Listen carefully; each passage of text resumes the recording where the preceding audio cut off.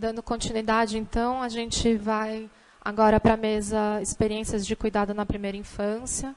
E eu queria chamar aqui para compor a mesa a Cláudia Mascarenhas, que é psicóloga pela UFBA, doutora em Psicologia Clínica pela USP, mestra em Filosofia da Ciência pela Unicamp, psicanalista, fundadora do Instituto Viva Infância, vice-presidente da Coordination, não sei falar, CIPA.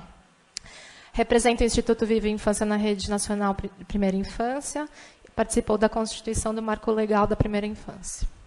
Também queria chamar a Mariana Rosa. Mariana é graduada em Comunicação Social pela Universidade Federal de Minas Gerais, autora do livro e responsável pelo blog Diário da Mãe da Alice. É mãe da Alice. Colaboradora da Associação de Pais e Bebês Prematuros, Ama Mais Me. Também queria chamar o Ricardo Lugon Arantes. O Ricardo é médico psiquiatra infantil graduado pela Universidade Federal do Espírito Santo, residência médica no Instituto Municipal Felipe Pinel, no Rio de Janeiro, mestre em educação pela Universidade Federal do Rio Grande do Sul. Atuação na área de saúde mental da infância e adolescência no contexto das políticas públicas, faltou. Psiquiatra do CAPSI de Novo Hamburgo, professor na Faculdade de Psicologia da IENH. Você quer começar? Pode começar? Pode. Então, com a palavra o Ricardo. Oi. Oi.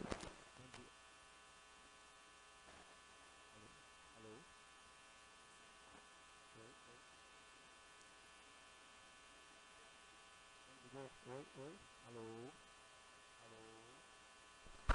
Quer usar esse aqui?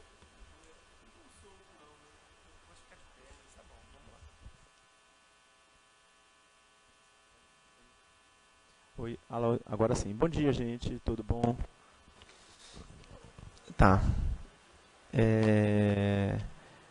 Primeiro, eu preciso dizer da grande alegria, da grande honra de ter sido convidado, assim, com esse time de convidados. É uma alegria muito grande, assim, o clima, a honra de estar dividindo essa mesa com pessoas que eu amo de paixão, assim, que eu tenho grande admiração pelo trabalho, pela escrita das duas, né, e coloco um pouquinho a responsabilidade, assim.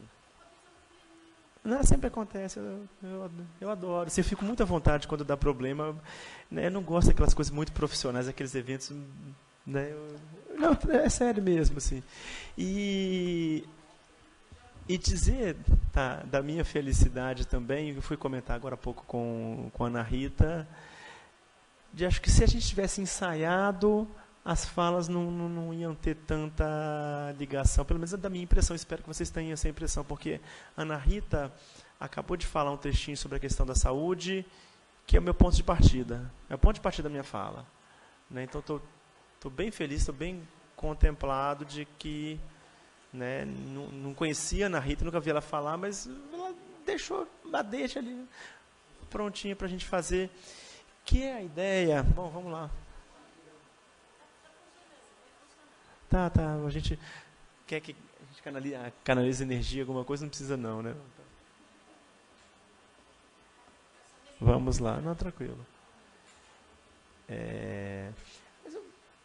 Eu já posso ficar à vontade, quando os slides entrarem a gente continua, mas estou bem à vontade. Eu queria começar por aí, de que, na verdade, há 30 anos, saúde não é mais ausência de doença, embora isso esteja radicalmente impregnado na maneira como a gente se relaciona com o campo da saúde, né? Parece, de alguma maneira, meio intuitivo, isso vai sendo transmitido e a gente, sem se dar conta, vai reproduzindo isso, de que saúde tem a ver essencialmente com acessar ou consumir procedimentos para cura de doença ou alívio de sintomas, etc. A gente precisa romper, a Ana Rita já deixou a bola quicando para mim de que não, saúde tem a ver com muitas outras coisas que a gente, né, se fizer um esforcinho, consegue compreender. Saúde tem a ver com habitação, saúde tem a ver com condição econômica, saúde tem a ver com possibilidade de participação na política, saúde tem a ver com se sentir reconhecido, né? Tanto, e tem aí, não sei se alguém consegue ir abrindo o arquivo. Bianca, cadê você? Né? Tem a ver com, aliás, a maneira como o Brasil constrói o próprio texto da Constituição, né, fala de um grupo de pesquisadores, um grupo de militantes que escreve no texto da Constituição todas essas marcas. Então a gente não vai falar, acho que é Ricardo, né? 16 é o país mesmo. Tá, eu passo isso aí, vamos lá. Tá, beleza, então. Esse é o texto da terceira Conferência Nacional de Saúde.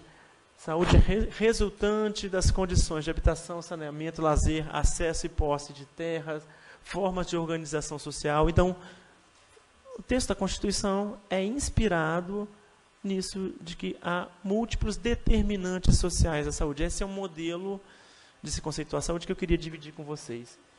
E tem uma frase do Sérgio Arouca, que é considerado um dos pais do Sistema Único de Saúde, que é: a reforma sanitária é um projeto civilizatório.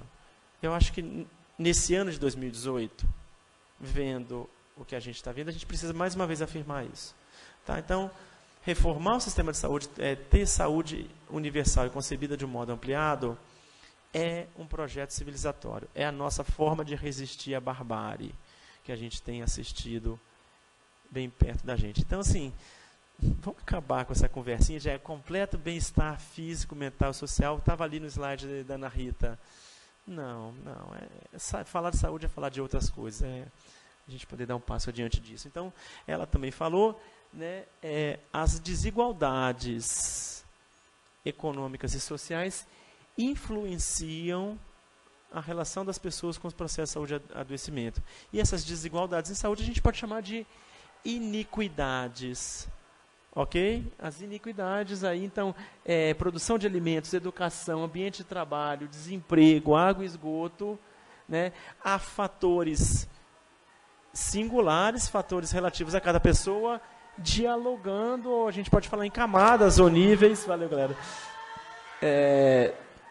em diferentes níveis, essa complexa interação e coprodução de saúde. E falar de saúde, a gente fala de combater as iniquidades.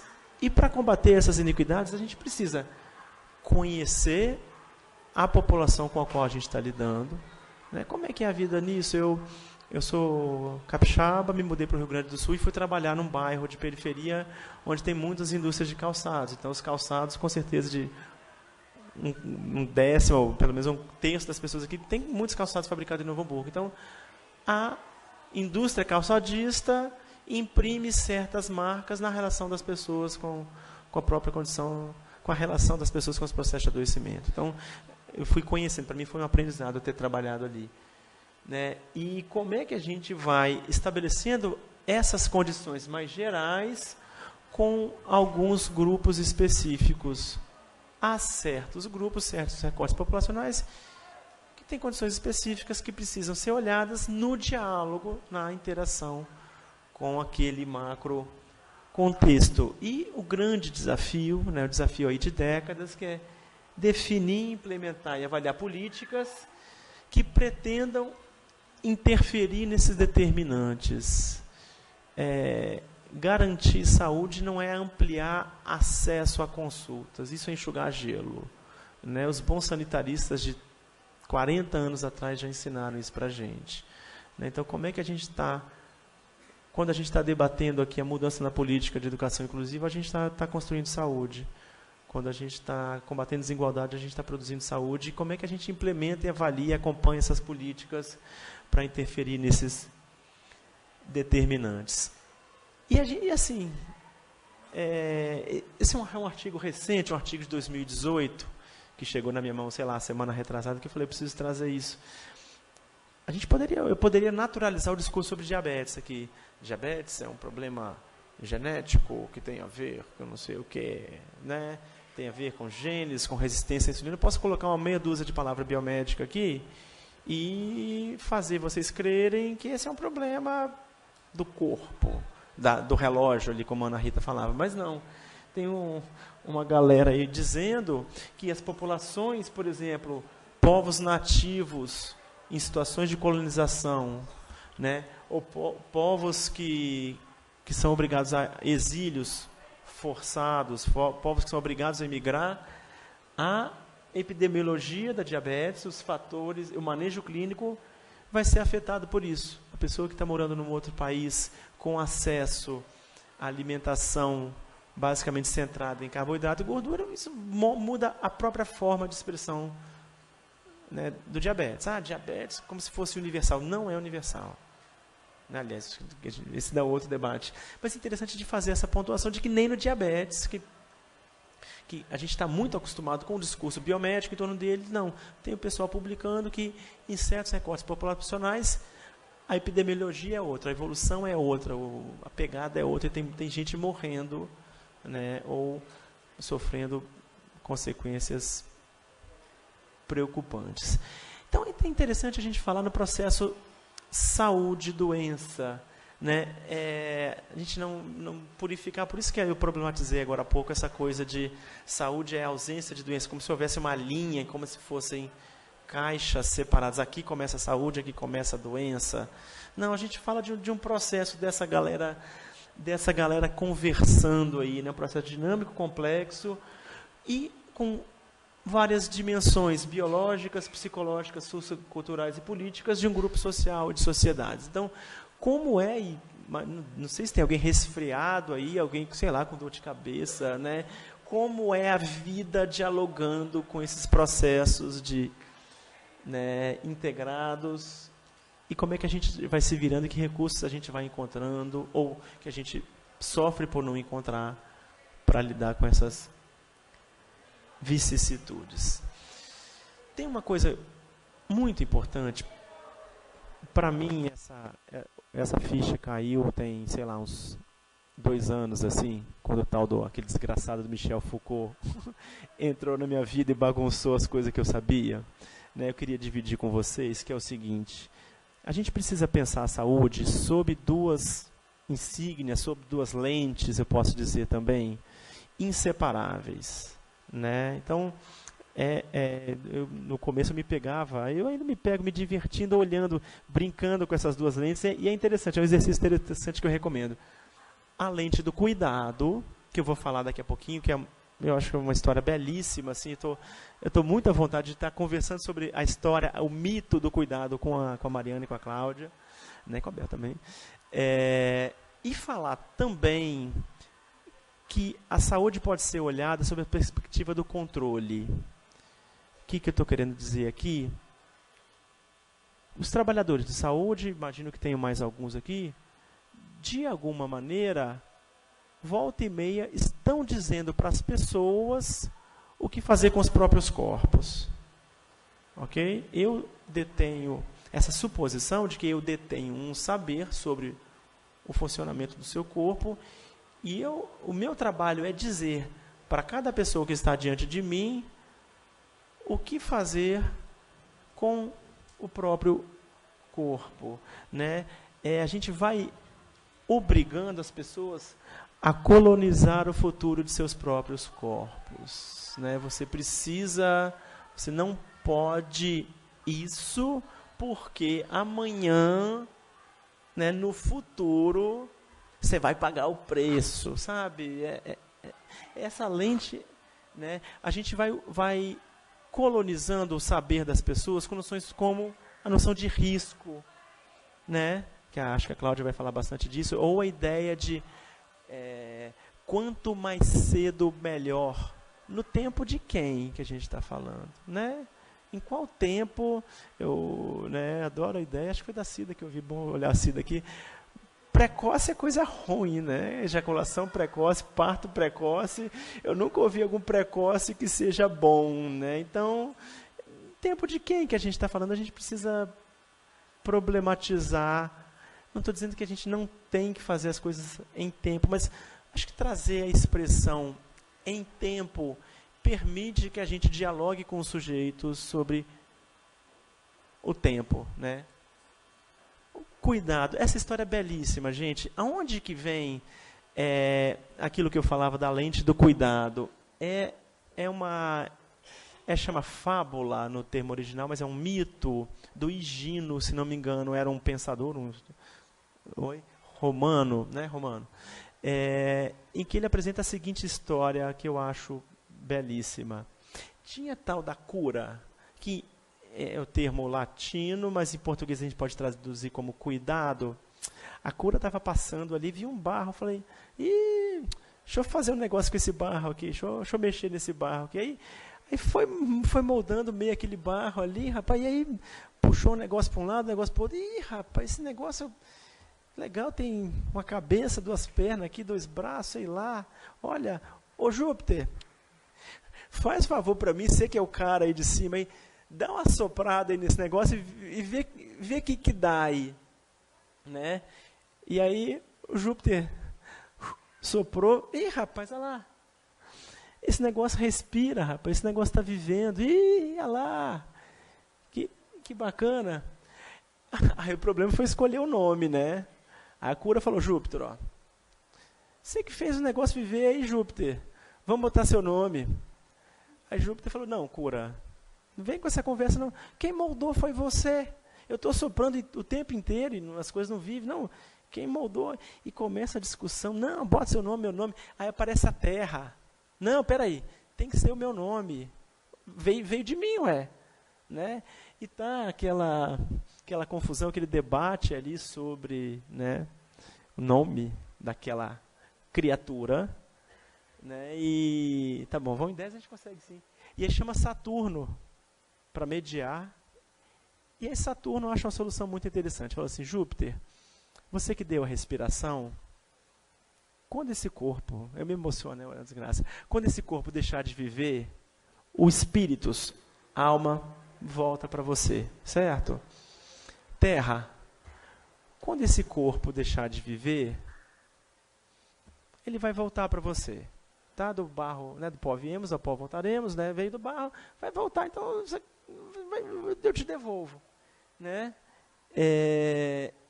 E cura.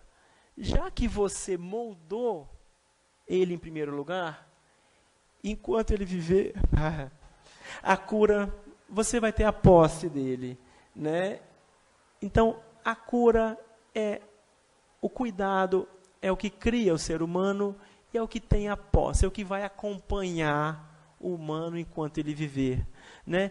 E vamos dar o nome de humano, porque vem do humus dessa terra fértil.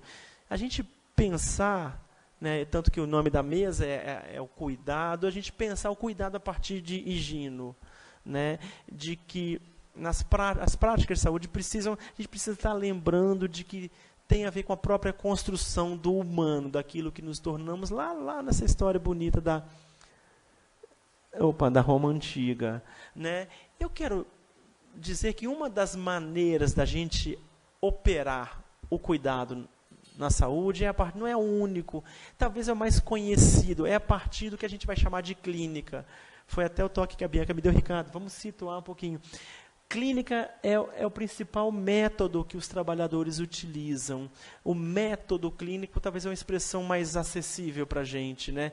Esse método de conversar com as pessoas, de compreender certos signos e de fazer certas injunções a partir dessa conversa, e a isso chamamos método clínico. E tem um cara que eu gosto muito, que é o Pedro Gabriel Delgado, não está citado aqui, mas eu cito nominalmente, né, da gente também não se encantar demais com esse conceito de clínica. Ok? Clínica é construção, né, e ela só existe porque está em construção, e essa construção não vai acabar. Então, eu gosto quando ele fala a clínica é essencialmente um esforço imperfeito. Então, isso, o campo do cuidado, de estar com humanos, de fazer emergir dali humano, é um esforço imperfeito e está sempre em construção. E essa clínica fala de sujeitos, né? Um sujeito que demanda o cuidado e um que tem o ofício de oferecer esse cuidado. E esses sujeitos são concretos, né? Esses sujeitos não são metafísicos, não. São nós aqui que vai trabalhar com dor de cabeça, que sei lá, que no contexto, sei lá, da unidade de saúde do CAPS, está tudo pegando fogo, está uma confusão do caramba, né? Esses são os sujeitos concretos, os contextos concretos. A gente precisa falar de que a clínica se opera a partir disso aí. E como é que a gente fala? Quer dizer, eu vou só dar fagulha aqui para as moças falarem depois. Como é que a gente pensa? Tem uma frase da Julieta Jerusalinski, eu tenho algumas divergências com ela, mas eu quero partir dessa frase dela. Qual é o lugar do bebê nas redes? E eu quero torcer essa frase, né? Eu quero poder perguntar como as redes podem construir novos lugares para os bebês. É importante, eu não acho que existe o lugar para os bebês nas redes de cuidado, né? E a gente precisa também revisitar o conceito de rede, tá?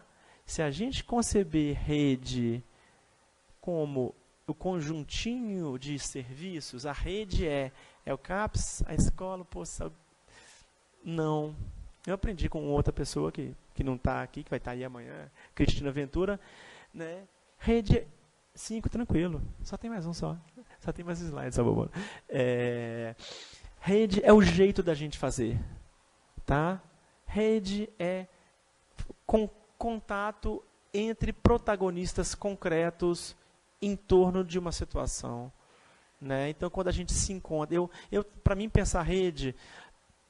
Eu não gosto eu falo assim, papel não fala, eu tenho um problema com papel. Vou enviar um papel. Não, o papel é consequência do que a gente combinar.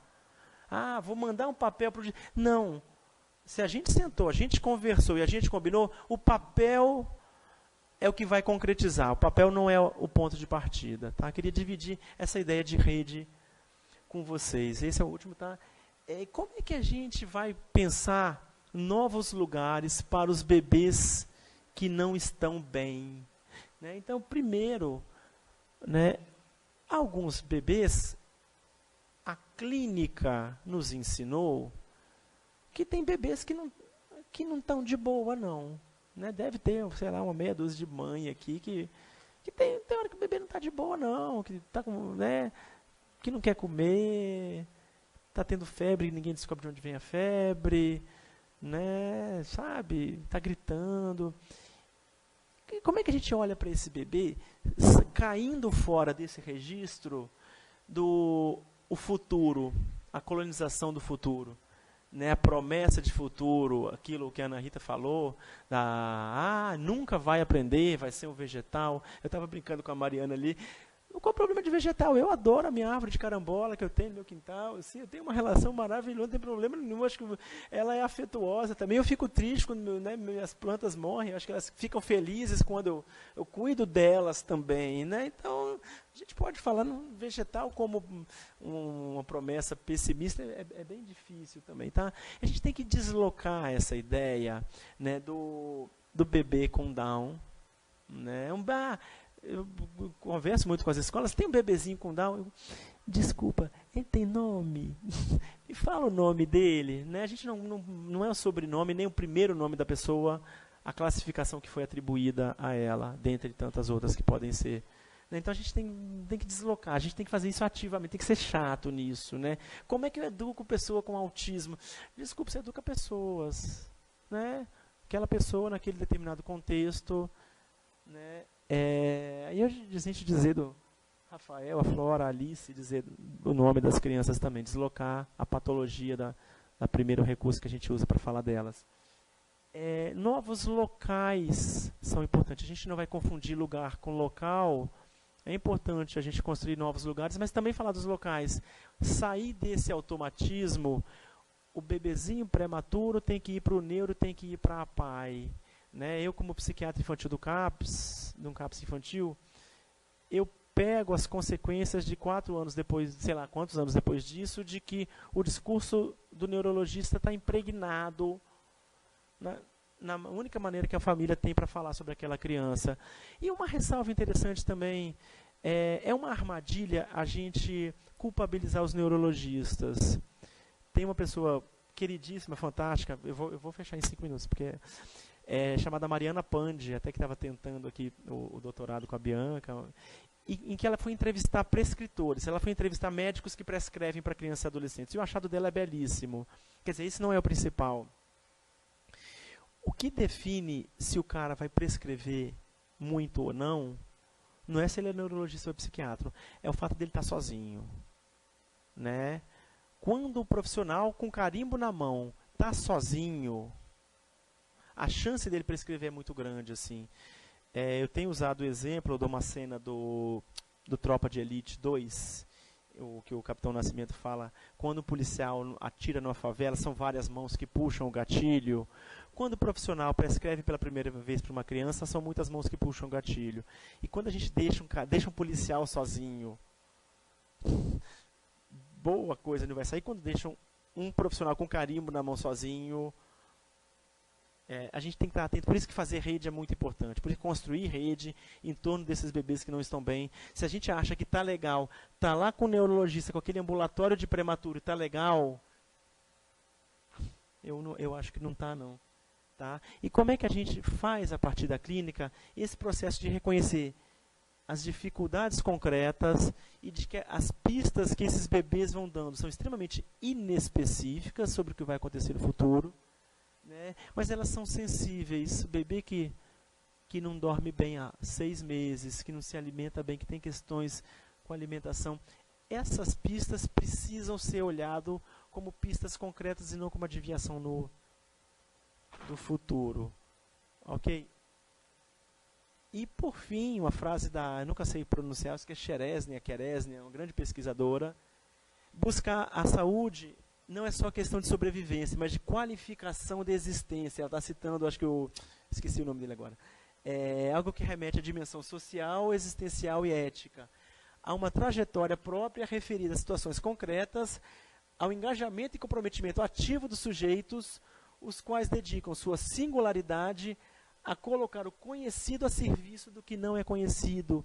Aquilo que eu falava da clínica, que é um esforço imperfeito. A gente não sabe, e esse não saber é importantíssimo. Na busca da verdade que emerge na experiência vivida. Eu queria bagunçar um pouquinho como que a gente tem pensado saúde e os cuidados na primeira infância. E quero ouvir essas moças lindíssimas, importantíssimas, que estão aqui dividindo a mesa comigo. Obrigado, gente. Valeu.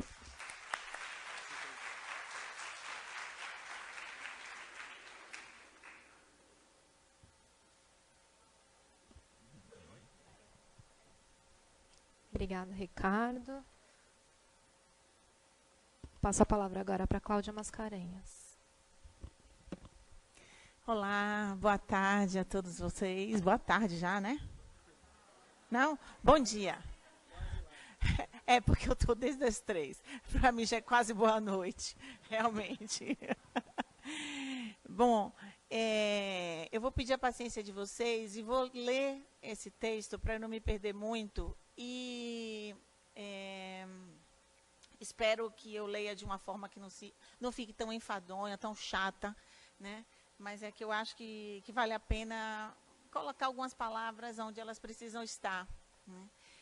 E eu chamei, o nome do texto O que tece a rede de proteção à primeira infância.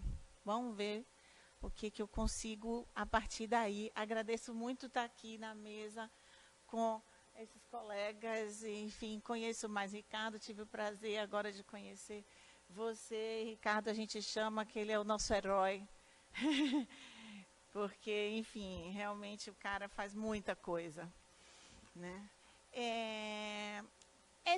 O contexto desse texto que eu escrevi, talvez seja importante falar, que é um contexto onde a gente está vivendo uma situação que a tônica, a ênfase de toda espécie de planejamento, de avaliação, de política pública, enfim, parece que está caindo sobre o sujeito. Ou seja, eu acho que isso é uma coisa temerosa e isso é uma coisa que a gente tem que realmente problematizar, questionar e, quem sabe, fazer esse processo virar atrás, né? Voltar para uma outra situação. Porque a tônica de qualquer situação dessa, de saúde ou de educação, apontar para o sujeito, apontar unicamente para aquele indivíduo, é de uma, eu considero de uma inescrupulosidade imensa, né? Vamos ver por que isso eu considero dessa maneira, espero que a gente possa discutir. Vou começar com uma provocação. Uma criança de 11 meses de idade, ela sorri pouco, olha para sua mãe e para seu pai, mas sempre muito rapidamente. Fica tão quietinha que, se você não prestar atenção, até esquece que ela está ali do seu lado. E nunca os pais notaram que ela tenha chamado a atenção deles para alguma coisa. Chora pouco, você não ouve quase nenhum balbucio. Dá a impressão aos seus cuidadores que não se interessa por ninguém à sua volta. Há um diagnóstico para esse bebê? Vocês sabem qual é o diagnóstico desse bebê? Bom, nem vocês, nem eu, e em princípio ninguém saberia. A única coisa que a gente sabe sobre esse bebê é o que está aqui descrito. Só isso. Mas aí vocês podem me perguntar, bom, mas esses sinais não significam nada, Cláudia? Podem significar sim. Podem significar que ele está mostrando que tem alguma coisa que pode não estar bem com ele, tem alguma coisa que pode não estar bem com o entorno dele, tem alguma coisa que pode não estar bem com o contexto dele. Um contexto, inclusive, circunstancial ou mais estrutural, mas a gente só sabe, no máximo, isso. Essa é a significação possível que a gente pode dar a uma situação dessa. Então, esse pequeno e fictício fragmento, baseado em vários bebês que recebemos no Instituto Viva Infância, interroga profundamente sobre qual olhar de nós profissionais, de que forma a gente está olhando as nossas crianças, sobretudo as crianças pequenas. O primeiro ponto em relação a esse olhar que nós profissionais dedicamos aos bebês e às crianças, é que eu queria chamar a atenção, que a gente, eu, vocês, enfim, todo mundo, a gente começasse a prestar atenção, é quando a gente está confundindo significado e indício. Por exemplo, esse é um exemplo de Foucault, o grande amigo de Ricardo. Se encontramos pegadas na neve, são indícios. Para um caçador, podem ser indicadores de que um coelho acabou de passar. Todavia, elas não são mais significativas para este caçador do que para qualquer um que passasse ali. Assim como não é somente o caçador que pode ter a imagem do coelho na sua cabeça. Uma voz trêmula, ao se expressar, pode indicar medo. Portanto, a palavra coelho e medo são significações. A voz trêmula ou pegadas são indícios.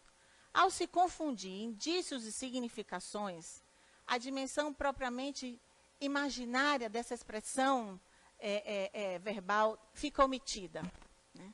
Ou seja, um indício pode ter, e normalmente tem, vários significados, e que dependem, inclusive, do contexto que a gente está vivendo.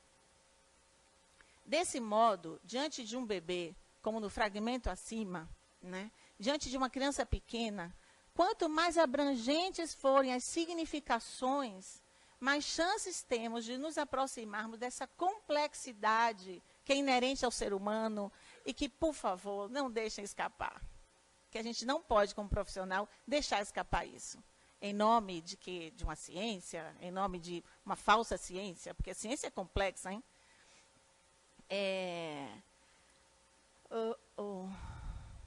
Portanto, ele ou seu entorno não estão bem, ou tem algo que não vai bem com ele, essa significação é portadora de uma promissora abertura de significações, para cuidarmos bem desse bebê, lendo, inclusive, o que ele está mostrando para a gente.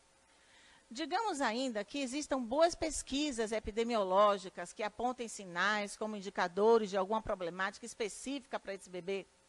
Esses dados epidemiológicos precisam ser confrontados de modo honesto com a singularidade de cada circunstância de vida. E podem não corresponder, inclusive, à realidade daquele bebê específico ou daquela criança, mesmo que em termos populacionais, numa maioria corresponda.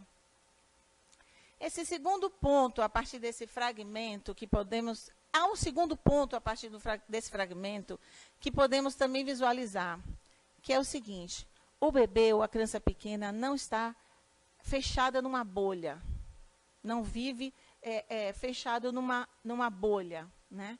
Então, precisamos considerar que ele e seu entorno não estão bem, ou algo não vai bem com ele. Eita!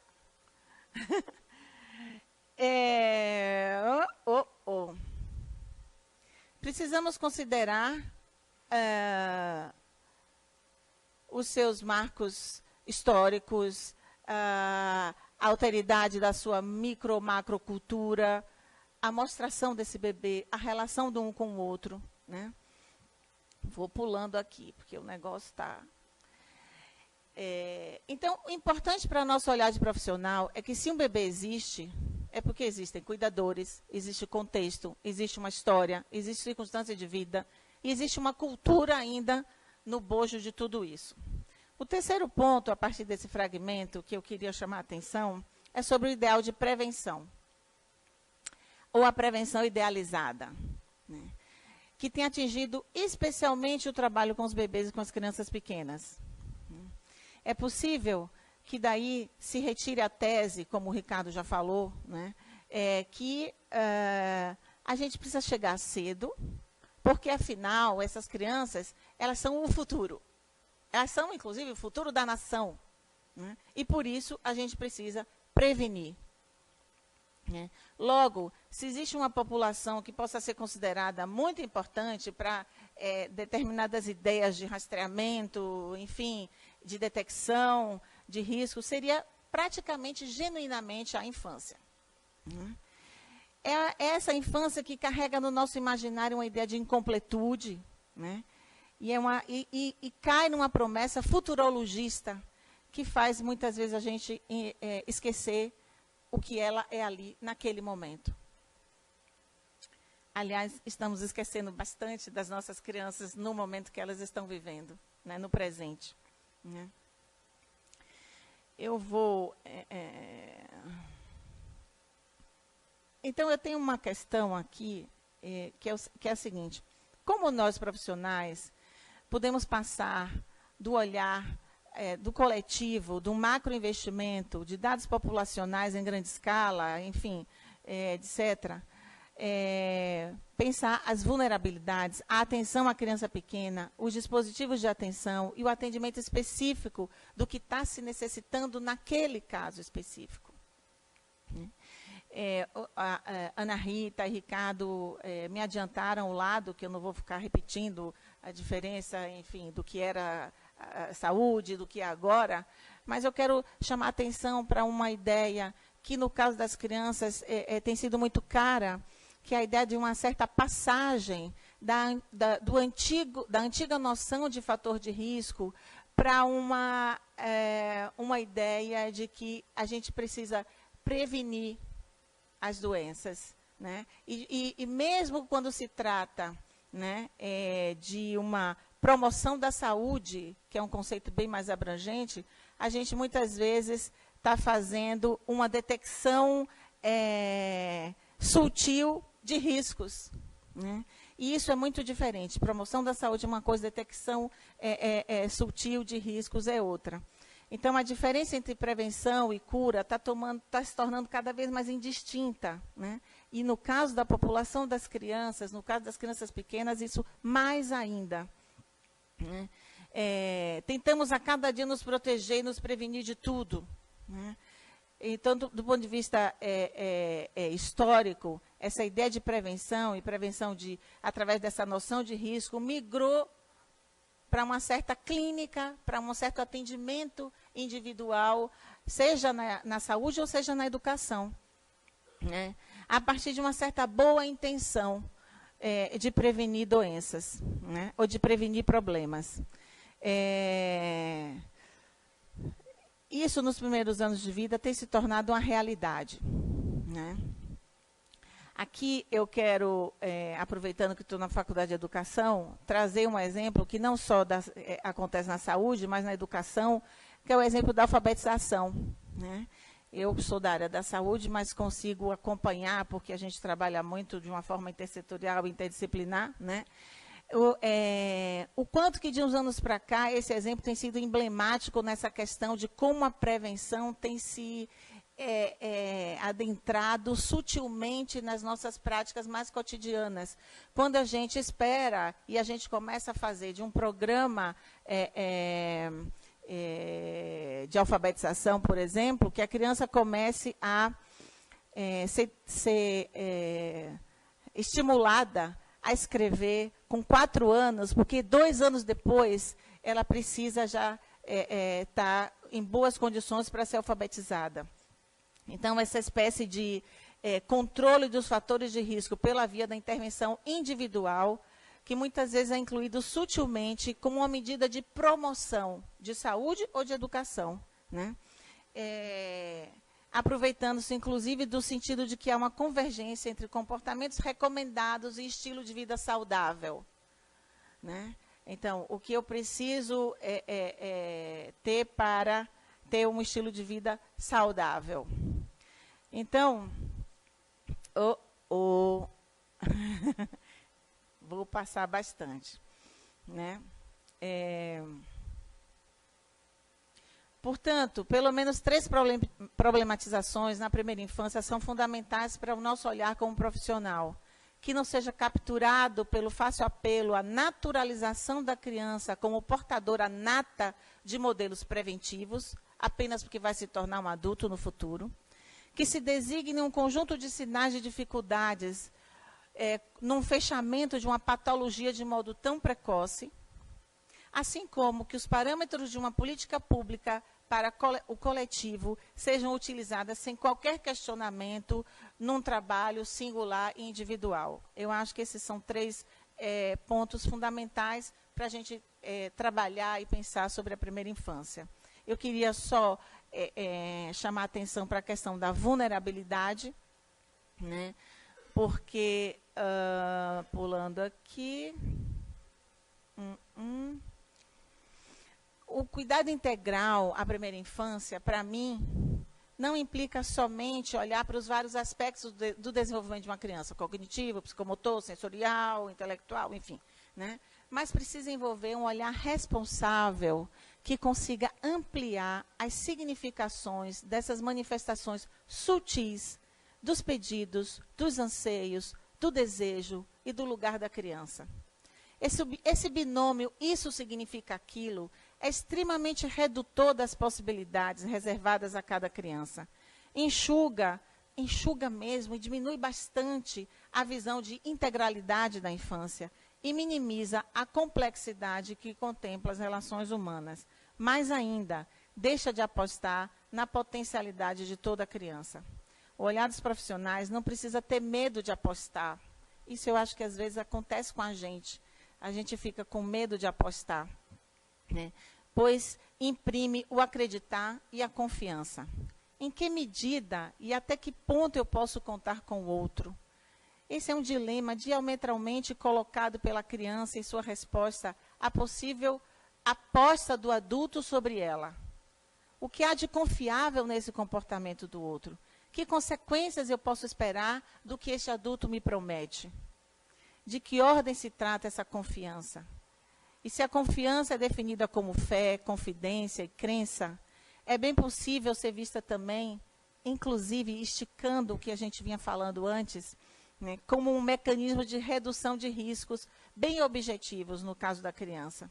Não se pode deixar de lado o componente essencial a respeito da confiança, o fato de que ela deixa, ao mesmo tempo, aquele que confia num estado de vulnerabilidade e dependência. E eu concordo e compartilho, Ana Rita abriu o caminho para mim aqui, que a dependência ela é fundamental para a nossa sobrevivência. A trama do sujeito na criança torna a confiança um elemento tão contundente, e para a criança a confiança ela é total, que nos diz sobre a sua vulnerabilidade, né?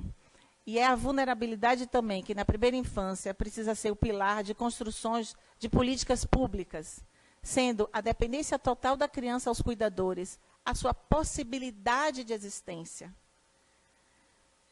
Então, assim, vamos mudar essa visão da dependência, que eu acho que a Ana Rita falou de uma forma muito mais ampla do que eu estou falando aqui, né? Muito bacana mesmo, né? Porque existem numa escala, eu vou pular isso, vou já chegar para o fim, né? A criação de redes de promoção à saúde integral, de proteção à primeira infância e o acompanhamento educacional, já estou falando nesse lugar aqui, que envolvem um trabalho intersetorial, necessita, então, de um conjunto de saberes interdisciplinar, de formação continuada, que isso vocês sabem, dispositivos criativos a partir da própria cultura e do contexto das famílias, o que exige naturalmente a participação das famílias na construção desses programas, parcerias corresponsáveis, inclusão do saber das famílias, mas também, e eu quero chamar a atenção para isso, que talvez seja a minha contribuição maior, com tanta gente que nesses 2 dias vai falar para vocês coisas tão ricas, né?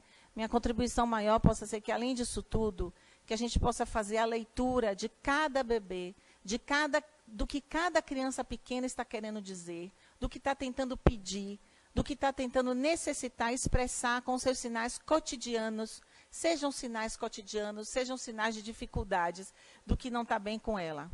Imprescindível, então, que cada um tenha a sua especificidade atendida, o seu nome sabido por todos. Vamos parar com essa história de chamar mãinha, ou mãe, ou pai. Essas pessoas têm nome, esses bebês têm nomes, né?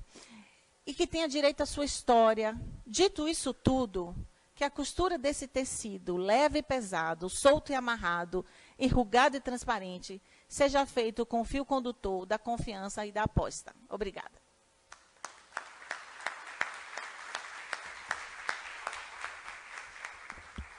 Obrigada, Cláudia. Eu passo a palavra agora para a Mariana.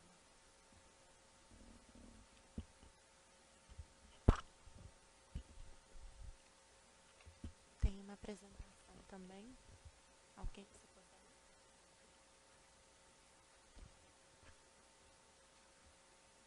puder. Bom dia para todas e todos. É um prazer enorme estar aqui hoje, né? Eu agradeço muito ao convite aí da Bianca, Rosângela, o cuidado todo também para que a gente estivesse aqui. Ao Ricardo, obrigada. Ao Ricardo, né, que é o culpado desse encontro. Enfim, a Cláudia, as pessoas que estão aqui hoje. Eu vou falar um pouquinho da minha experiência. Eu não sou profissional de saúde, e sou, porque eu sou mãe, né? Então, de certa forma, eu também cuido, né, da saúde de uma pessoinha que se chama Alice. Deixa eu entender aqui, o que passa é esse? É esse aqui? É o último? Ah, sim, pois não. Falar mais perto, é isso? Do microfone? Tá. Assim? Melhorou? Sim, obrigada. Então, eu vou falar um pouquinho da minha experiência de cuidado especificamente com ela. Eu aqui não sou generalista, né? Eu vou falar só da minha experiência com ela. Pode ser que algumas coisas que eu diga façam sentido em outros contextos, em outras experiências, e pelo que eu vi aqui, do que já foi dito, eu me encontrei em muitas falas aqui, isso dá muito conforto para a gente, né? Bom, a minha filha, Alice, ela é prematura, é esse bebezinho aí da foto. Ela nasceu com 900 gramas, 31 centímetros, 29 semanas. Ela ficou 145 dias numa UTI e teve toda sorte de complicações. Teve hemorragia cerebral, hemorragia pulmonar, teve 5 infecções, sendo 2 generalizadas. Teve uma retinopatia, que foi um probleminha na retina em função do uso prolongado do oxigênio. Ela ficou mais de 60 dias entubada. e teve uma parada cardiorrespiratória que durou 26 minutos, com 40 dias de vida. 2 dias depois desse primeiro encontro nosso aí, pele a pele, ela teve essa parada. Essa parada foi um divisor de águas na história dela e na minha, porque, obviamente, ela tem repercussões nas condições da existência da Alice hoje. Eu me lembro, naquele dia em que a parada aconteceu, eu estava aguardando para fazer a visita, né, na UTI. Eu tinha 3 momentos de visita por dia, de 15 minutos cada. Eu não sei quem foi que disse no hospital que mãe é visita. Né? Mãe é mãe. Mas, enfim, a gente é tratado como visita e tinha aqueles curtíssimos períodos em que podíamos estar juntas. E eu estava aguardando a visita da noite, que é a mais terrível, pelo menos para mim era a mais terrível, porque é aquele momento em que você tem o último tempo ali e depois você vai embora e a sua filha fica, né, na UTI. E eu aguardava, esperando a visita, e comecei a perceber uma movimentação na UTI. E botei a cabeça assim lá dentro e vi que era no rumo onde ela estava, na incubadora, e pressupus que tinha acontecido alguma coisa, mas na minha cabeça era, ela não aguentou, ela tinha sido estubada. Eu pensei, não aguentou ficar estubada, devem estar colocando de volta o tubo e tal. E fiquei esperando por 2 horas. Num dado momento de muita angústia, pedi à secretária da UTI que entrasse, verificasse o que estava acontecendo e me desse uma notícia. E ela foi lá, entrou de boa vontade, voltou e me disse, fica tranquila, já vi muito bebê desenganado sair daqui super bem. E aí eu realmente fiquei mais apavorada ainda. Liguei para o meu marido, que estava trabalhando, era na noite, ele dá aulas, pedi que fosse para lá, que algo tinha acontecido. E a médica, então, veio e falou, vamos, eu vou te dar a notícia à beira da incubadora, porque você precisa ver a sua filha para você entender o que aconteceu. E eu cheguei, encontrei uma bebezinha muito branquela, como ela é até hoje, mas naquele momento absolutamente sem cor. Se não tivesse a aparelhagem ligada, mostrando pulsação, respiração, eu pressuporia que ela estaria morta. O peito roxo da massagem para reanimação, a marca dos dedos, né? E todo tipo de medicamento correndo na veia para mantê-la viva. E a médica me disse, olha, fizemos tudo o que podíamos, ela está com todos os parâmetros no máximo, pressão, oxigênio, medicação. Então, eu vou te dizer que tome o seu tempo, o tempo que for necessário com a sua filha hoje, porque ela não vai sobreviver. Despeça-se da sua filha. E, obviamente, que eu não consegui me despedir, né? Eu acho que é uma tarefa muito difícil para uma mãe se despedir de uma filha ou de um filho, e não foi isso que eu fiz. Ali, naquele momento, na verdade, acho que nós fizemos um grande combinado, né? Eu não podia tocá-la, nem carregá-la, nem pegá-la no colo. Então, na verdade, eu só conversei, falei com ela, abri uma gretinha da incubadora, também muito pequena, para que o ar que estava lá dentro não ficasse frio, né? Ela tinha que ficar quentinha. E conversei longamente, nem sei dizer por quanto tempo, mas entre as coisas que eu lhe disse ali naquele momento, eu disse que ela já era muito amada, né? Que a gente queria muito que ela continuasse conosco e que isso independia da condição que ela teria dali para frente. Porque eu já imaginei que alguma sequela poderia ficar. Então eu disse, você lute aí, minha filha, que eu vou lutar daqui, seu pai também, né? Mas nós queremos ficar juntos e seja lá como for, do jeito que for. O importante é que a gente possa estar juntos. Ela ficou ponderando essa promessa aí uns 15 dias, né? Porque ela ficou ali sem melhorar nem piorar, mas depois acho que ela achou que parecia uma boa ideia, e, enfim, ela saiu dessa condição e alguns meses depois saiu da UTI. Enfim, quando eu vivi essa situação toda lá com ela, né, na UTI, e vivi também a experiência de muitas outras mães com seus filhos em condições muito difíceis também, e variadas, né, por vários motivos, não só por prematuridade, eu me lembrei muito dessa frase que a gente ouve quando está grávida, né, que é menino ou menina? O importante é que venha com saúde. E fiquei olhando aquelas mães e aquelas crianças.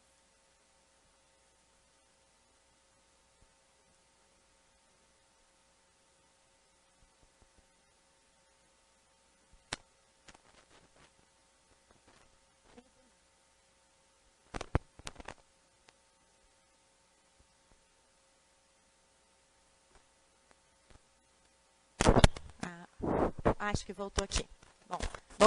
Bom que deu para um pessoal respirar aí. Eu estava ouvindo umas fungadas, aí o pessoal se recupera.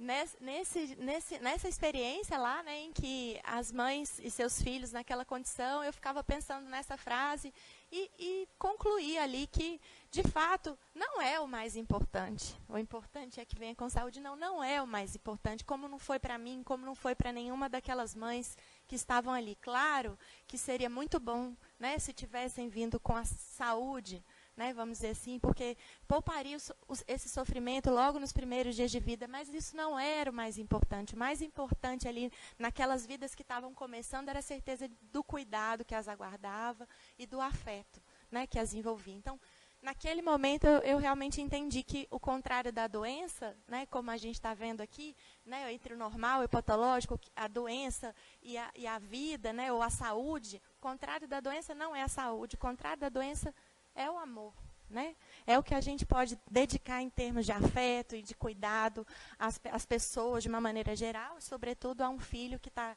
chegando, né? E isso tem muito a ver também com a percepção de algumas famílias, sobretudo mães, que eu vejo dizer que viveram o luto do filho idealizado, né? Eu fico, às vezes, pensando isso. O que se passa na cabeça de um filho que ouve uma mãe falar que ficou enlutada quando ele nasceu, né?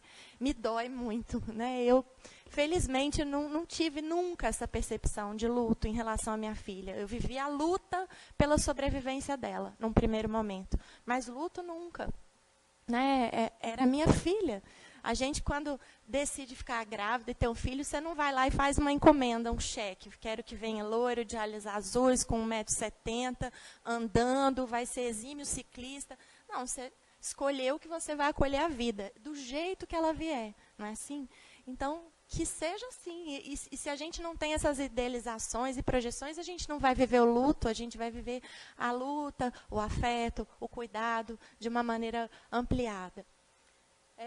E a condição da Alice, de certa forma, jogou uma luz também para a minha condição vulnerável, né? Por que a limitação dela, a condição dela, muitas vezes incomoda tanto as pessoas? E num primeiro momento incomodou também a mim, eu tenho que dizer, né? Porque ela nos incomoda e nos lembra que somos todos vulneráveis, né? Que temos todas essas limitações. Então, de alguma forma, ela escancara isso para a gente. E eu me senti, naquele momento, muito vulnerável. Pensava que eu tinha que fazer a forte ou esconder as minhas fraquezas, né? Mas, aos poucos, e nessa trajetória com ela, né? Com a minha filha, eu fui percebendo que nos reconhecer vulneráveis, a mim e a ela, era a nossa maior força. Era o que a gente tinha de mais bonito.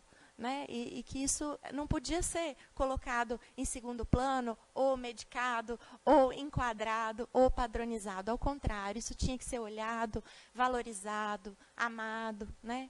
A minha perspectiva aqui é sempre do afeto. Né? Então, foi um aprendizado muito grande para mim. Essas são algumas imagens que mostram os primeiros 6 meses de vida da Alice. E eu quero chamar a atenção porque ali ela não... A amamentação, né, era assim, de máscara, de luva, com a mamadeira esterilizada. Essa altura aí o leite já nem era meu mais, porque eu não consegui, realmente. Eu acho que tive leite os 2 primeiros meses e depois não tive mais, secou. E ela tinha disfagia, só que aí, a essa altura a gente ainda não sabia, e ela já brigava horrores para tomar mamadeira. E ela desenvolveu uma estratégia aprimorada nesses 4 anos, que é o seguinte: a hora que ela percebe que ela vai ser colocada numa situação desconfortável, ela dorme. Então, na hora que chegava a fonoaudióloga, ela dormia. E o pessoal falava, mas para ela sair daqui, ela tem que mamar. Aí eu falava, filha, pelo amor de Deus, não dorme. eu falava com a fonoaudióloga, dá para você passar no outro horário? É porque essa hora ela sempre dorme. Aí a fono passou, aí em outro horário, ela passou a dormir naquele horário também. Então, foi depois eu entendi que era uma estratégia malandra dela, né? Porque ela engasgava, ela não queria tomar aquilo, ela estava certa, né? Só que a gente não sabia, e foi entender isso mais para frente. Mas, enfim, voltando aqui, percebam como tem pouca coisa natural aí nessa história. A máscara, a luva, os fios. Veja bem, a criança de 4 meses e tem um aviso de que a mãe vai vir dar o banho. Então, um aviso lá no hospital. Oba, a mamãe amanhã vai vir dar o banho. Favor esperar. Foram assim os 4, 5 primeiros meses. Né? E eu só fui dar banho lá com 5 meses. E cheia dos fios, né? Então, essas situações todas, antes de eu chegar nisso, elas acabaram fazendo com que a gente tivesse alta do hospital acreditando numa patologia, né? Porque a gente viveu ali um tempo em que esses cuidados todos médicos eram muito necessários. Eu me lembro quando cheguei em casa, no primeiro dia, eu queria muito sair do hospital, a gente já não aguentava mais aquela rotina, tinha medo dela ter outras infecções, queria viver com a minha filha, mas, enfim, quando cheguei em casa, olhei para ela, eu tive uma crise, chorei compulsivamente, falei, eu não sei cuidar dela. Era a sensação que eu tinha, que eu não sabia cuidar, porque eram tantos os cuidados, né, e tantos conhecimentos que eu não tinha, né, ou que eu achava que eu precisava ter, que eu me julguei incapaz naquele momento. Foi um momento muito difícil para mim. Mas, ao mesmo tempo, eu também não queria as enfermeiras do home care na minha casa. Eu falava, chega, não aguento mais ninguém mediando a minha relação com a minha filha. Mas como pode ser se eu também não me acho capaz dessa relação? E foi assim um tempo, sabe?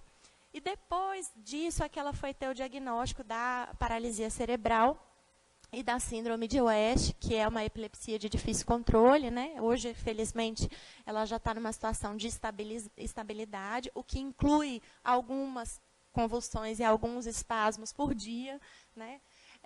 Não significa que ela zerou, e eu já desisti de buscar isso, vou falar um pouquinho à frente. Mas ela tem essa condição, e aí, durante esses primeiros meses, eu diria o primeiro ano, talvez contaminada por essa experiência tão radical, né, dos primeiros meses de vida, eu fui uma mãe capacitista, tenho que confessar, fui. E eu fui concluir isso preparando para vir aqui hoje, pensando o que eu ia falar, como é que eu ia... E eu fui revisando a trajetória, organizando as fotografias, eu olhei e falei, puxa vida, eu fui. Eu fui porque o primeiro ano foi assim, ó, a gente saiu do hospital e aí... Olha as fotografias todas que eu tenho. Vejam que os registros falam por mim. Inclusive, a Alice teve um portfólio. Ela não teve um álbum de fotos. Ela teve um portfólio em 2014, que era para eu mostrar para os médicos que ela era capaz. Porque eu falava, eles não acreditavam, né? Porque ela dormia muito, e ela dormia muito porque ela estava sempre muito medicada, né? Então, eu chegava na consulta, eles falavam, ela não evoluiu nada. Ela continua do mesmo jeito. Aí eu tirava foto, montava o portfólio para mostrar. Não, é que ela está dormindo, né? Porque haja fenobarbital na veia, né? Haja lamotrigina, haja clonazepam, haja, né? Enfim, isso tudo mostra que naquele período eu vivi isso aí, ó. Primeiro ano de vida da Alice é a tal da intervenção precoce. O precoce aí. Ela tem que fazer tudo, porque isso vai ser determinante para ela e tal e tal. E aí eu tive duas conversas que foram muito importantes para eu virar essa chave. A primeira foi com uma outra mãe que eu conheci, foi mãe de trigêmeas. As trigêmeas nasceram prematuras, as trigêmeas têm deficiências, cada uma deficiência diferente. Só que elas já estão adultas, hoje estão na faculdade, né? A mãe... Enfim, já descasou, casou de novo, a vida seguiu, e elas, enfim, vivo me encontrando com elas. Encontrei a mãe, pedi a ela, né, encarecidamente, encontra comigo, me fala como é que foi, né? Eu precisava de ter uma referência, eu não tinha nenhuma. E a mãe me disse, Mariana, é bem simples, eram trigêmeas, davam um trabalho danado, tinha que levar em tudo que era terapia, então era assim, chegava em casa, eu esqueci esse negócio de posicionamento, pescoço assim, cadeira assada. Eu botava tudo enfileirado, fazia um prato desse tamanho de comida, a mesma colher na boca de um, de outro, de outro, de outro. E era assim. Aí deixava na fono, a outra na físio, a outra na TO, voltava, pegava uma na físio, uma na fono, outra na TO, nunca acompanhava nada. Mas era assim, elas viviam no chão, porque também não dava tempo de botar na cadeirinha, não sei o quê. E foi assim, foi um choque, porque eu vivia organizando a Alice na cadeira. Eu vivia posicionando, ainda mais por causa dessa coisa da disfagia, eu vivia cuidando do pescoço ereto, do quadril que não pode rodar para o lado, do pé que não pode. Eu vivia em função disso. Inclusive, eu parei de trabalhar, né, no primeiro ano de vida dela. E aí, eu fiquei chocada. Falei, nossa! Mas, ao mesmo tempo, pensei, ufa, ela é mãe. Ela é mãe e eu estou sendo terapeuta. Tem alguma coisa errada nessa história. E aí passou, mas enfim, eu ainda não estava preparada para mudar essa postura. Isso foi acontecer um pouco mais à frente, na segunda conversa que eu tive com a minha irmã, que é fonoaudióloga, até graduada aqui também, na USP. E ela me chamou uma vez e falou, Má, eu queria falar uma coisa com você, com todo o amor que eu faço, né, toda se preparando. Quando você coloca a Alice assim, em tantas terapias, 3 vezes por semana um, 2 vezes por semana outro, mais 3 em outro, às vezes ela vai de manhã e de tarde, às vezes ela vai dormindo, chega lá, faz a terapia dormindo, volta dormindo, dormia demais, né, nessa época, por causa dos remédios. O que você espera? Ela me perguntou. Eu falava, todo mundo fala que tem que ter intervenção precoce, eu espero que ela melhore, que ela consiga fazer as coisas, que ela vá se desenvolvendo. Eu morro de medo de estar negligenciando alguma coisa, ou de estar perdendo alguma coisa que precisa ser ofertado para ela e que eu não saiba. Eu tenho medo. E aí ela falou, mas essa é a condição dela, ela não vai melhorar. Porque ela está fazendo 5 vezes por semana, 3 horas por dia. Ela não vai melhorar porque você achou o médico XYZ. Isso é quem ela é. Ela é assim, essa criança. E enquanto você está fazendo isso, você está perdendo outras oportunidades, né, de cuidado, de estar com ela, do prazer da convivência, etc. E talvez porque tenha sido a minha irmã, né, e não a fonoaudióloga, eu valorizei muito aquela conversa. Ela fez muito sentido para mim. E caíram ali todas as fichas que faltavam. Eu entendi. Né? Então, de novo, né, assim, não é que eu esteja dizendo que não tem que fazer as terapias nem buscar os médicos. A gente foi em 12 médicos diferentes, tentando explicações para essa condição da Alice, que era uma condição posta, né? E até pesquisa de DNA, eles queriam fazer, não, mas a paralisia dela é decorrente da parada, né? Não se ouve muito. O que eu mais ouvi foi, mãezinha, você não quer ter outro filho, né? Porque a chance de acontecer isso de novo é grande, vai dar errado de novo. Você não serve para ter filho, né? 2, sua filha vai ser um vegetal, que eu tinha comentado ali com o Ricardo. Sua filha vai ser um vegetal, ela vai depender de você a vida inteira. Hoje eu já acho isso ótimo. Ela me depender de mim a vida inteira está muito bom, porque eu também dependo dela, então é chumbo trocado, né? Mas, enfim, eram as coisas que eu mais ouvia. E para que eu estava indo, então? Né? O que eu estava buscando? Que respostas eram essas que eu não encontrava nunca? E aí, quando essas fichas caíram, e a gente pôde, de fato, ser só mãe e filha, né? Sem essas pressões, sem esses paradigmas que a gente tinha que buscar atender, né? Sem essas obsessões pelo que parece ser um padrão ou um normal. Aí a gente pôde ser feliz. E aí eu pude encontrar fotos bem representativas para trazer para vocês. Como vocês vão poder ver, essa foto é muito simbólica. Vou pular essa e volto aqui. Ó que delícia. Aí foi para a praia, aí foi nas Paralimpíadas, aí foi na exposição.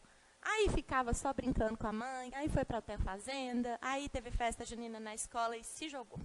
Aí viveu, né? Viram como sai do ambiente de clínica, de terapia. Eu não forcei isso não, tá? Na hora que eu olhei as imagens, foi isso que eu encontrei. E foi isso que eu concluí. Então, eu estou pesquisando sobre mim mesma, né? E a minha trajetória de mãe. Então, essas imagens me fizeram perceber justamente isso que está aí, ó. Que o rosto do outro não deve a nós o seu sentido, mas é a origem de todo sentido, né? Foi isso que eu compreendi na minha experiência com a Alice, né? Ela não deve a mim nada, ela é, né? E isso tem sido o que de mais bonito ela pode trazer para a minha vida e talvez aquilo que eu possa também entender, que eu posso levar para ela, que eu não tenho que ser a mãe terapeuta, que conhece todos os tratamentos e medicamentos, etc. e tal, mas que eu tenho que ser, que eu posso ser muito boa também, assim como sou boa para buscar os treinamentos, as terapias, etc. e tal, né? Eu vivo pesquisando, né, a respeito, eu também posso ser muito boa no afeto, no amor, né? Na minha entrega para ela, na minha condição de mãe. E isso eu devo a ela, né? Assim como estar aqui hoje, também devo a ela.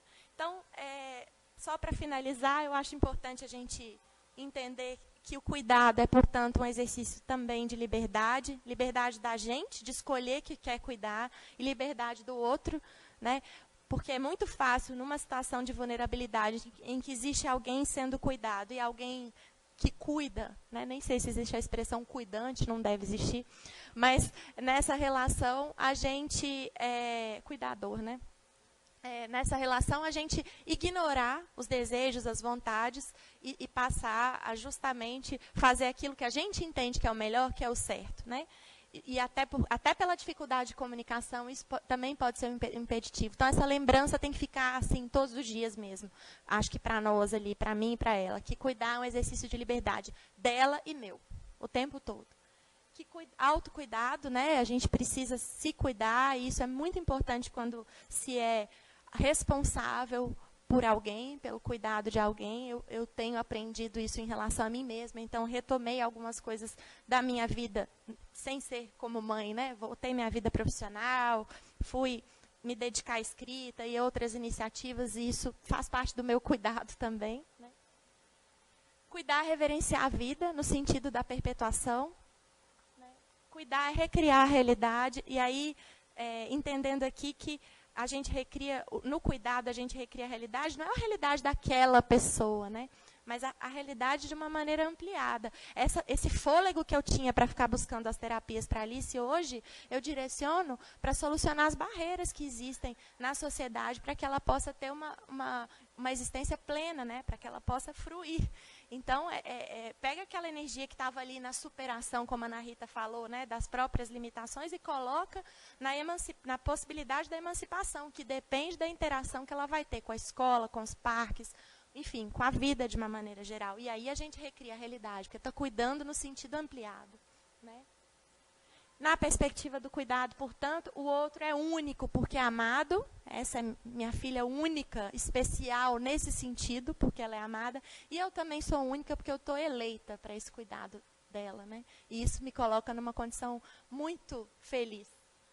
Enfim, a frase final, eu tenho descoberto isso aí, né? Amar é mesmo revolucionário, e é o que eu deixo aí de convite a todos, né? Que a gente possa cuidar sem perder a amorosidade, sem perder a ternura, né? Para não falar que não falei do Che Guevara. Obrigada, gente.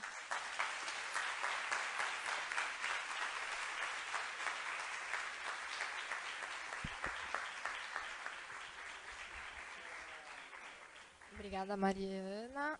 Aproveitar para divulgar o livro da Mariana, Diário da Mãe da Alice, que a gente está vendendo lá fora também, se vocês quiserem procurar. A gente tem um tempinho, eu vou abrir o espaço para perguntas. Quem quiser falar, tem que vir aqui na frente para falar no microfone por causa da transmissão.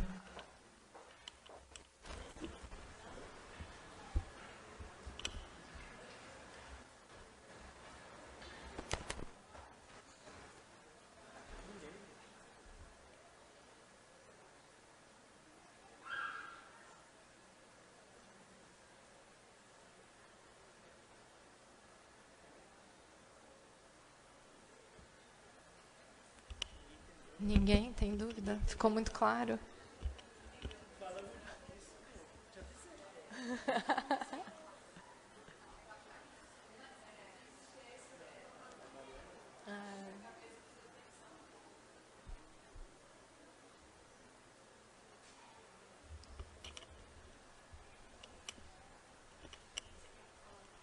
Eu acho que ela vai subir.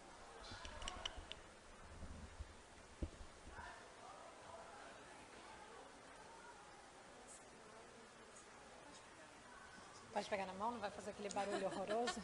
Pode ser que faça, mas Oi, gente. Bom dia. Meu nome é Mariana. Eu sou terapeuta ocupacional. Também Mariana. Eu, na verdade, ainda estou, acho que, digerindo, né, e escutando tudo isso. Só vim falar uma coisa que acho que estava me pegando assim desde o começo, né, das falas, mesmo da Ana Rita, que falar enquanto uma profissional, eu trabalho num centro de reabilitação, né, sou terapeuta ocupacional, trabalho num centro de reabilitação, e uma aflição que eu tenho no trabalho, e que quando eu estou aqui eu também tenho, é pensar na prática terapêutica que dê conta de tudo isso que a gente está falando, né?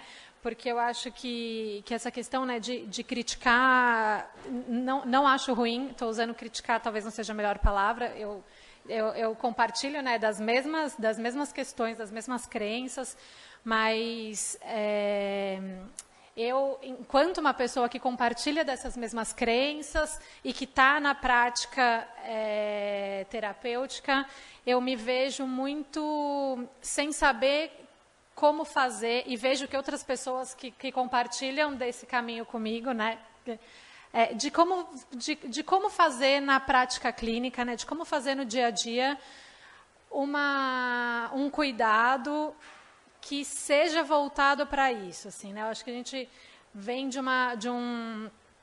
quando a Ana Rita traz todo o caminho da conceituação da deficiência e mesmo da reabilitação, a gente entende o quanto de tempo que teve para chegar na reabilitação da forma como ela é hoje, que a gente vê todos os problemas, né, todas as dificuldades, mas assim, o quanto de tempo, né, o quão desenhado está isso, o quão protocolado está isso, que é dessa forma que faz, é dessa que faz, é dessa que faz.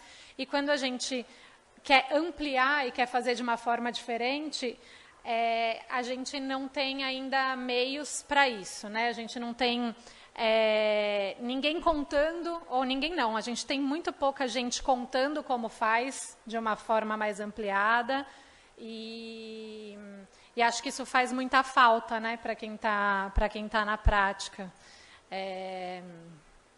E não sei, acho que pode ser uma pergunta, né, não sei um pouco o que vocês, né, veem disso e tal, mas ou também um desabafo, ou também uma provocação, né, para que as pessoas se coloquem mais nesse lugar, né, de produzir formas de fazer reabilitação e cuidado e saúde das pessoas dessa forma mais ampliada na prática. Bom, obrigada.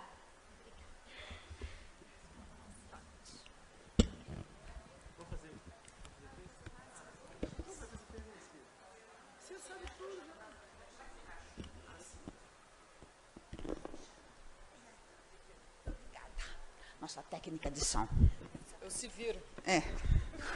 Bom, eu precisei me preparar para poder falar e eu quero fundamentalmente agradecer vocês, porque eu estou tão absurdamente emocionada, né, e apaixonada, e acho que até voltando a ter esperanças em tempos tão sombrios, né?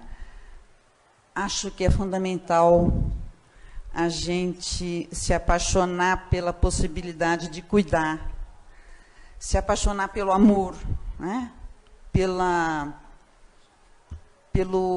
afeto de vocês, pelo carinho, pela doação. Então, eu queria dizer obrigada.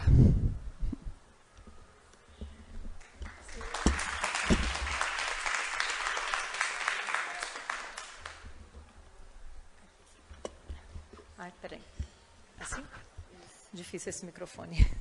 Bom dia, meu nome é Naira, sou fonoaudióloga de formação e hoje eu dirijo um CAPS infanto-juvenil na cidade de Santos. E eu estava ali me corroendo porque são tantos questionamentos, né, que aparecem quando a gente está ouvindo vocês.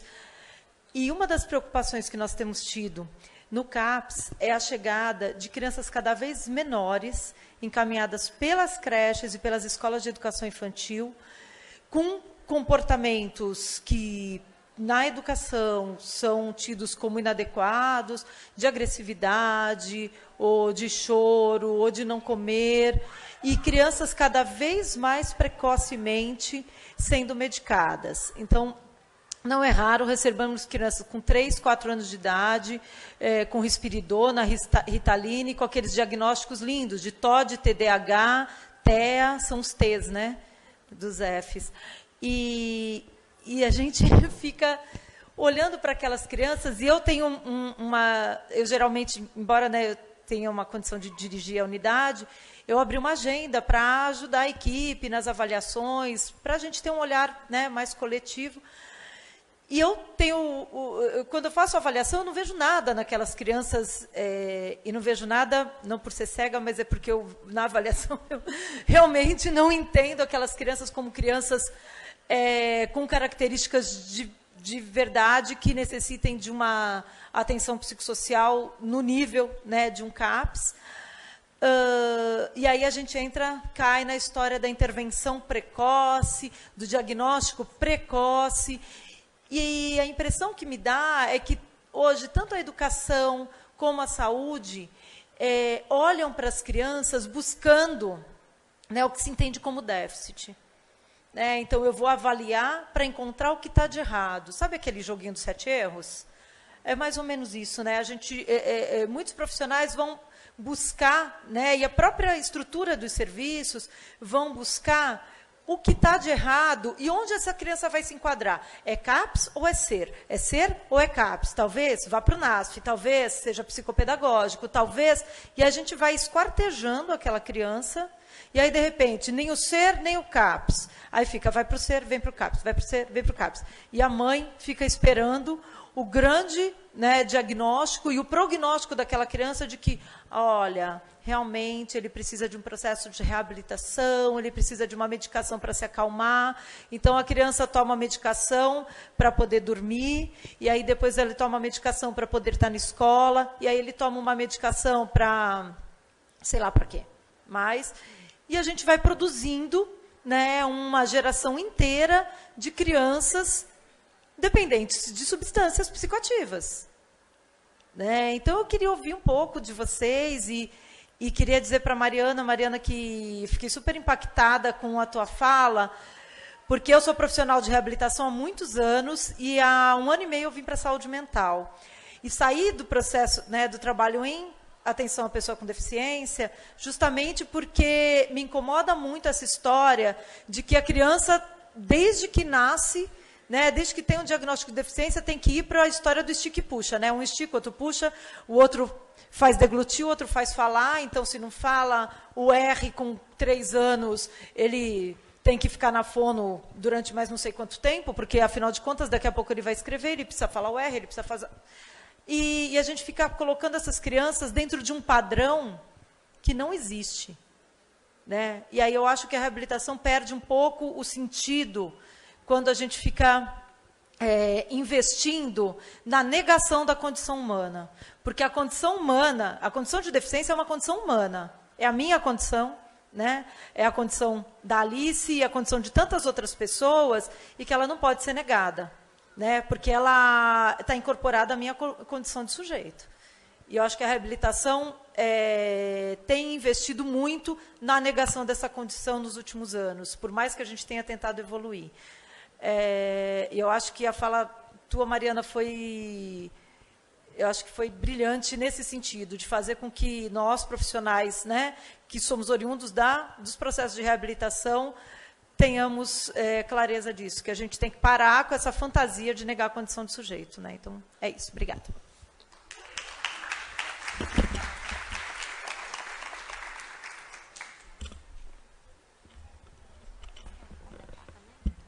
Vou comentar muito rapidinho, posso? Rapidinho.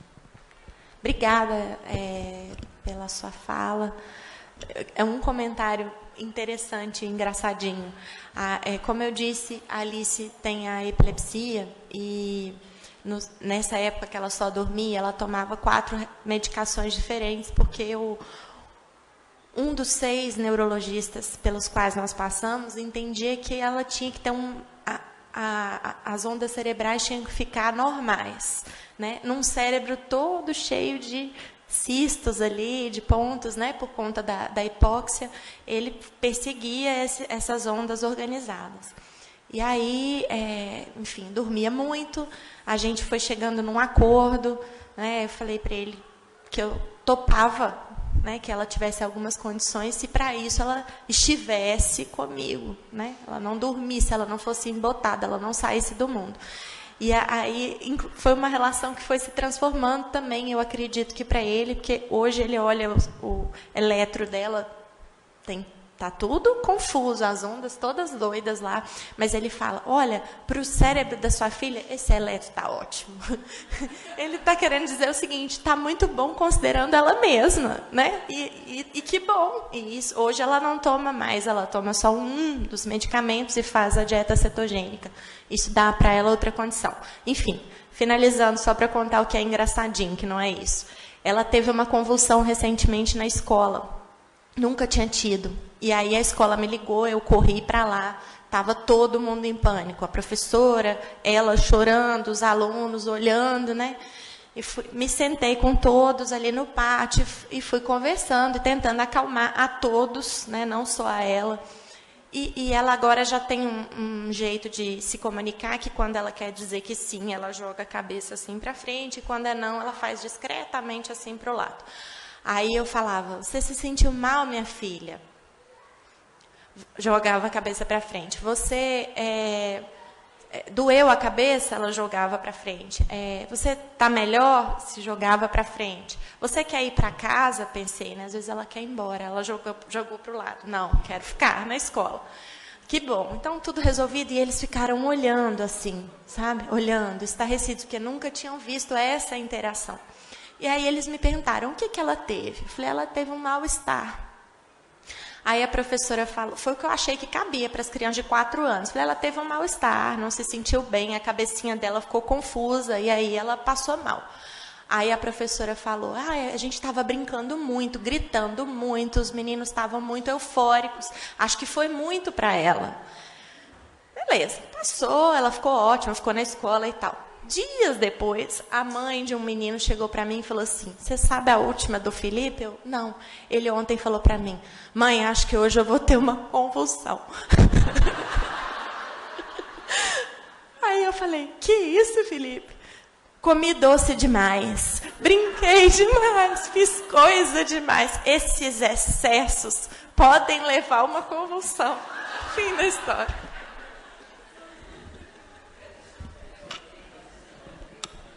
Ai, gente, eu já avisei, aliás, eu não avisei não, vocês cuidem com o livro, porque tem cebola dentro. A gente chora quando lê esse livro, livro que vem com aroma de cebola é um problema sério, assim, tá? Pegar um pouquinho que a Mariana falou, que legal ouvir a Naira também. Eu queria, eu gosto muito de reverenciar, eu não sei, eu gosto de agradecer, né? Cecília tem que agradecer, não, eu tenho que agradecer a Cida. Tenho que agradecer a Cida, aprendi muito com a Cida.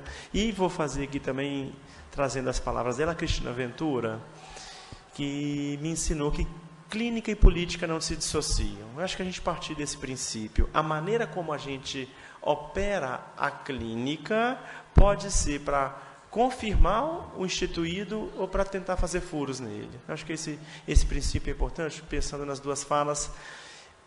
Historicamente, o Brasil tem esse abismo entre as duas políticas. As políticas de saúde mental e saúde mental na infância e adolescência se constituem de uma determinada maneira, com determinada genealogia. As políticas do campo da deficiência, né, se constitui de uma outra maneira. E tem uma dificuldade de diálogo muito grande entre elas. A política de saúde mental infantil juvenil é muito permeada pelo discurso da psicanálise, que é um discurso estranho e, por vezes, odiado dentro de certos recortes do campo da reabilitação.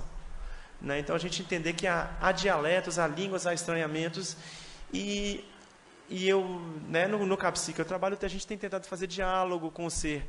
Né? A Naira falou dessa dúvida, é para lá ou é para cá, as equipes têm que sentar para conversar. Né? A gente tem tentado fazer uma conversa com a PAI, às vezes dá ruído para caramba, mas a gente não desiste, não. Né? Naira, vou tentar ser bem breve, assim. O tema da minha dissertação, que eu tive a alegria de ter a Bianca na banca, a constituição da demanda para neurologia a partir da educação. Né? Eu fui percebendo, eu estou há 10 anos já no CAPSI, de que quem primeiro sinaliza que a criança precisa passar pelo neurologista é a educação. Eu queria saber o que eles estavam perguntando, assim, né? E nessa mistura de T's aí que tu traz, primeira coisa, a escola pediu o diagnóstico? Se não pediu, ela não tem que receber. Eu acho que quando a gente recebe uma coisa que a gente não pede, a gente está sendo deselegante. Se a escola pediu o diagnóstico, ela vai ter que saber o que fazer. Mas se chega um papel lá solto que a escola não pediu com o diagnóstico, eu não acho que a escola tem que receber, não. Tá? Eu construí a palavra, né, de que a minha impressão era que existe a medicalização dos descabentes. Essa é a expressão que eu quero oferecer para vocês, né? Esses TOD de TDAH, são crianças descabentes, né? Elas não estão cabendo. E a porta que a escola tem encontrado para pedir ajuda é para o neurologista. Ligando no que eu falei lá atrás, que esses caras geralmente estão sozinhos e estão com o carimbo na mão, o que eles vão fazer? Botar uma prescrição, né? Prescrever e todo mundo acha que está bom. Né? E isso acaba sendo o passaporte de entrada no CAPSI. Por que está tomando remédio psiquiátrico? Não tem nem discussão. Bluff, carteiraço entrou. E aí é o trabalho. Então, trabalhar em redes e dialogando com a educação e com os atravessamentos, as dificuldades, que é esse diálogo, é perguntar, vem cá, quem foi o desgraçado que achou que o neurologista saberia responder o que está acontecendo com essa criança? Né? Dá uns cascudos. Assim, cara, para que você abriu essa porta? Por que você escolheu essa porta para abrir? Né? Porque essa porta tem sido a porta de entrada da gurizada na medicalização. E, voltando um pouquinho para a Mariana, vou tentar ser bem breve. Estava comentando com a outra Mariana que não tem muito tempo que caiu uma ficha para mim. Para quem que a gente oferece tratamento? Diagnóstico de autismo. Se eu pensar dentro do campo do disability aí, dentro do discurso da neurodiversidade, eu sou obrigado a oferecer tratamento para autismo. Eu quero que a gente estranhe essa ideia. Né? Eu vou oferecer tratamento para deficiência intelectual. Eu quero que a gente possa estranhar isso. A gente pode oferecer cuidado para o sofrimento. Está ruim para ti? Tá sofrendo. Aí a gente constitui processo de cuidado. Né? Mas o nome da coisa não tem que ser o ponto de partida do processo de cuidado. O ponto de partida do processo de cuidado tem que ser sofrimento, demanda. Né? Parece simples. E quando eu falo que a clínica é política, a gente tem que enfrentar certos lugares de saber e poder. Né? No campo da deficiência, o modelo biomédico ainda está incrustado na gente. O defeito no corpo é a palavra de ordem. E a gente fazendo furo nisso. Dá um trabalhão. Ainda bem que somos muitos, né? Quer falar um pouquinho, né, Cláudia? Eu quero só contar um pouco de uma experiência que eu tive quando trabalhei em CAPS, porque era um CAPS lá em Salvador, a gente tinha na época só esse CAPS. E imagine quantas pessoas não chegavam, quantas crianças não chegavam. Né? Então, quando eu fui parar nesse CAPS, eu pensei, meu Deus, isso não é um CAPS. Porque um CAPS não pode ter fila de espera. E eram 1000 crianças, sabe? Esperando o atendimento num CAPS. Era uma coisa. Então, bom, a gente sentou lá, precisamos fazer alguma coisa. E a gente foi, então, até as creches. A gente foi, então, até as escolas. E criamos, eu criei junto com umas colegas um dispositivo uma forma muito simples, né? Que foi, se é político, foi revolucionária para aquilo ali, né? Para essa montagem de rede com as pessoas, né? Que era simplesmente tem um monte de estudante aí querendo estágio, então vamos lá, vamos pegar todos os estudantes que querem fazer estágio, e a gente vai, toda semana, a gente vai se dividir E a gente vai pegar essas 10 creches que estão em volta desse CAPS e a gente vai ficar lá, conversando com a professora, perguntando à professora que crianças que elas acham que são crianças com problemas, enfim. E a gente vai conversar com essas crianças, a gente vai... E foi surpreendente, porque nesses 10 CAPs a gente tinha, pelo menos ali já, pedidos para umas 200 crianças irem para o CAPS. Creche, eu estou falando de creche, gente. Estou falando de 4 meses a 5 anos. Né? Crianças que já estavam assim na fila para serem medicadas. E simplesmente, desse trabalho todo, a gente teve que ter uma atenção específica para 5 crianças só. Somente 5. Né? O que a gente fazia? A gente observava a criança junto com a professora, observava, quer dizer, ficava ali, as crianças conversavam, perguntavam coisas para a gente, enfim, a gente ia de vez em quando lá, as professoras diziam o que estava angustiando, de vez em quando a gente chamava as famílias, olha, a professora está achando difícil isso, e para vocês aquilo, enfim. Era fazer, falar, escutar, prestar atenção naquelas pessoas, prestar atenção no que as crianças estavam querendo dizer quando elas estavam se jogando no primeiro andar. O que elas estavam querendo dizer com isso? E a gente conversava sobre isso. Então, elas não foram mais para o CAPS. Né? Foi isso que a gente fez. Qual era o objetivo do trabalho? Mudar o olhar em relação a essas crianças. Esse era o objetivo. Né? Foi muito interessante e surpreendente até para a gente mesmo, em termos quantitativos, que a gente não imaginou que, em termos quantitativos, fosse chegar realmente a esse ponto. Né? Eu acho que essa é uma coisa importante. Depois a gente fez o brincar itinerante, depois a gente fez, enfim, a gente foi pelo brincar, foi por outras proposições de promoção de saúde, e aí a coisa realmente virou.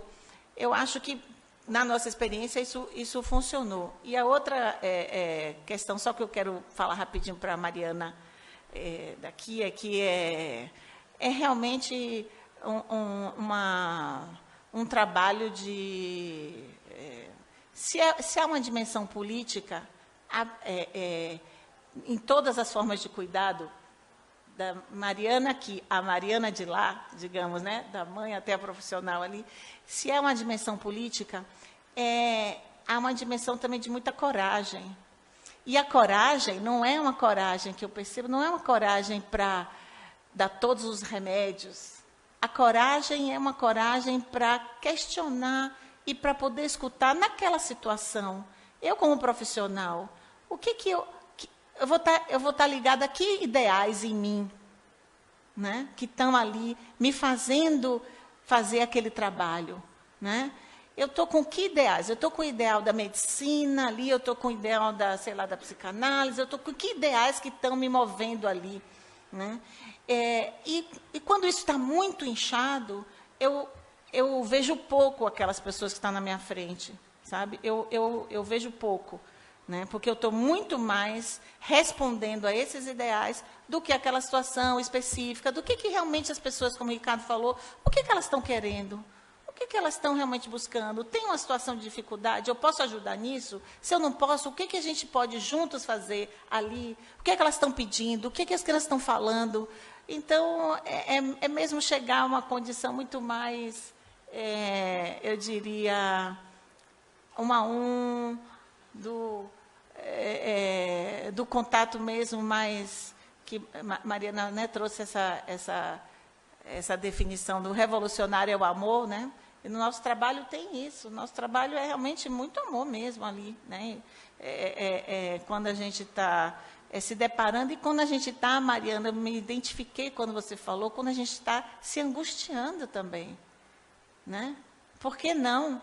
A gente está, meu Deus, eu falei aquilo ontem, olha para isso, que coisa, olha o que eu pensava 2 dias atrás.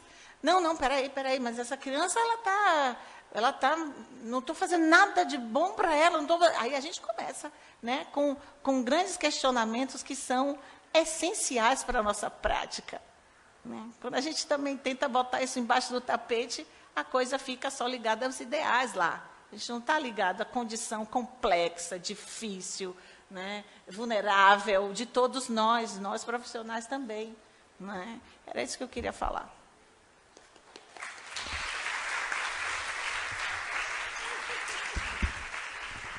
Antes de encerrar, eu queria agradecer de novo a Mariana, a Cláudia e o Ricardo pela presença, as perguntas de vocês e essa discussão.